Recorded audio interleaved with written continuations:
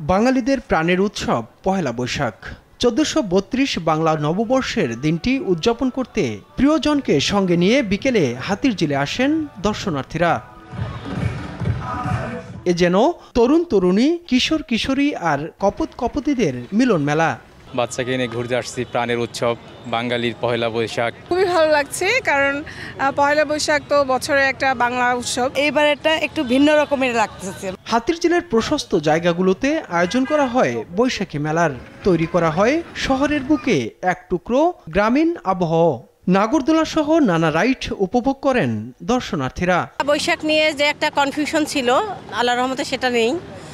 বেশ ভালো দর্শক সমাগম হচ্ছে। এখন বের হয়ে প্রথমে এখানে আসলাম, যেহেতু আমার বাসা খুব কাছে। আমার ফ্রেন্ড সার্কেল আসছে, আমার মেয়ে বোন সবাই মিলে আসছি, বাচ্চাদের নিয়ে একটু ঘোরাঘুরি করতে আসলাম।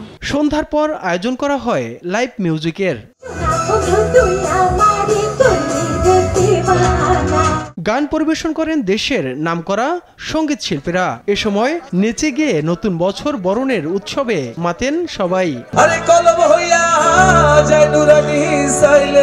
তাইফুর রহমান তুহিন, দেশ টিভি, ঢাকা।